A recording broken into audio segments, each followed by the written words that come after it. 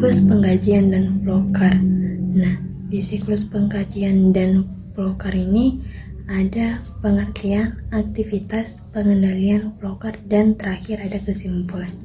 Nah, siklus penggajian dan flowcard ini merupakan rangkaian proses yang dilakukan oleh suatu organisasi, mulai dari pencatatan data karyawan, perhitungan gaji, pemotongan potongan, misalnya pajak, iuran jaminan sosial, hingga pembayaran gaji dan pencatatan jurnal akuntansi.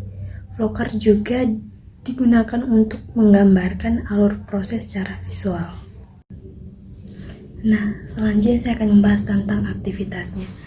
Nah, di sini ada beberapa aktivitas. Yang pertama itu ada pengumpulan data karyawan, yaitu jam kerja, absensi, lembur, cuti, dan izin. Terus yang kedua ada perhitungan gaji bruto berdasarkan tarif, lembur, tunjangan, dan potongan. Terus yang ketiga ada pemotongan yang terkait dengan pajak penghasilan, asuransi, BPJS jika ada, dan iuran pensiun. Yang keempat ada pembayaran gaji karyawan, baik itu transfer atau tunai. Terus yang kelima ada pencatatan jurnal akuntansi, yaitu mengakui beban gaji, kewajiban potongan kas atau bank keluar. Yang keenam ada pelaporan dan arsip atau rekaman relevan, misalnya misalnya slip gaji, laporan gaji bulanan, slip gaji, dan laporan gaji bulanan. Terus yang ketujuh, yang terakhir ada pengendalian internal, yang siapa yang menyetujui data absensi, siapa yang menghitung, siapa yang membayar, siapa yang mencatat untuk meminimalkan kesalahan atau kecurangan. Nah, untuk materi selanjutnya akan disampaikan oleh rekan saya. Perkenalkan, nama saya Sudari. Saya akan melanjutkan tugas dari tugas saya, yaitu saya akan membacakan tentang pengendalian. Pengendalian itu pemisahan tugas atau segregation of duties, yaitu orang yang menyebut data absensi tidak sama dengan yang menghitung gaji ataupun yang melakukan pembayaran. Yang kedua ada persetujuan atau otoritas, misalnya manajer harus mencuci daftar absensi atau lembur sebelum gaji dihitung. Yang ketiga ada verifikasi, rekonsiliasi atau memastikan jumlah gaji yang dibayar sesuai dengan yang dihitung, dan memeriksa kas atau bank untuk memastikan pembayaran benar. Dan yang ketiga ada akses terbatas, yaitu hanya personel yang berwenang yang dapat mengubah data absensi, tarif gaji, dan potongan. Dan yang terakhir yaitu ada pelaporan rutin dan audit, laporan gaji bulanan disajikan dan diaudit untuk mengecek keakuratan dan kepatuhan. Baik, di sini saya akan menjelaskan flowchart siklus penggajian. Kita mulai dari awal proses penggajian dimulai, yaitu untuk menginput data karyawan dengan memasukkan nama, jabatan, status, gaji, pokok, dan tunjangan.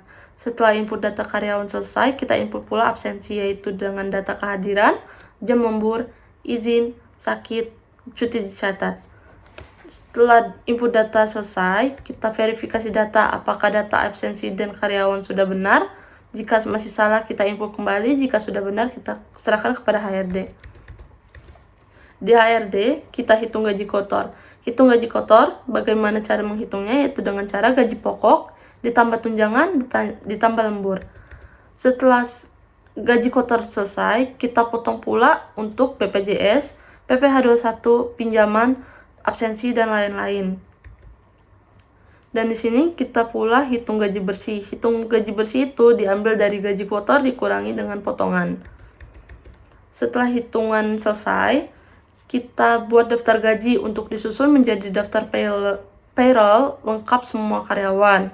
Setelah buat daftar gaji selesai, kita cetak slip gaji tersebut, slip gaji individu untuk setiap karyawan.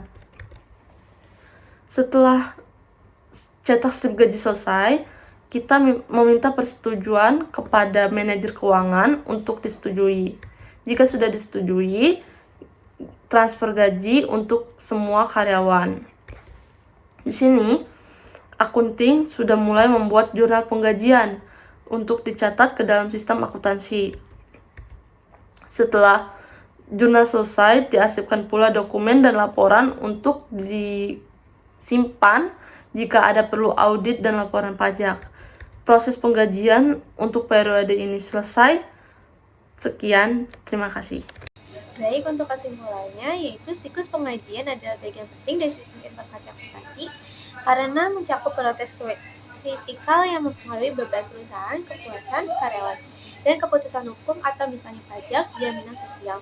Dengan menggunakan flowchart untuk menggambarkan alur proses dan menerapkan pengendalian internal yang baik, organisasi dapat meningkatkan keakutan, efisiensi, dan keamanan dalam pengajian. Siklus pengajian yang baik akan membentuk menghindari pembayaran yang salah, penipuan, dan kesalahan pelaporan keuangan. Sekian dari kelompok kami. Kurang lebih mohon maaf. Wassalamualaikum warahmatullahi wabarakatuh.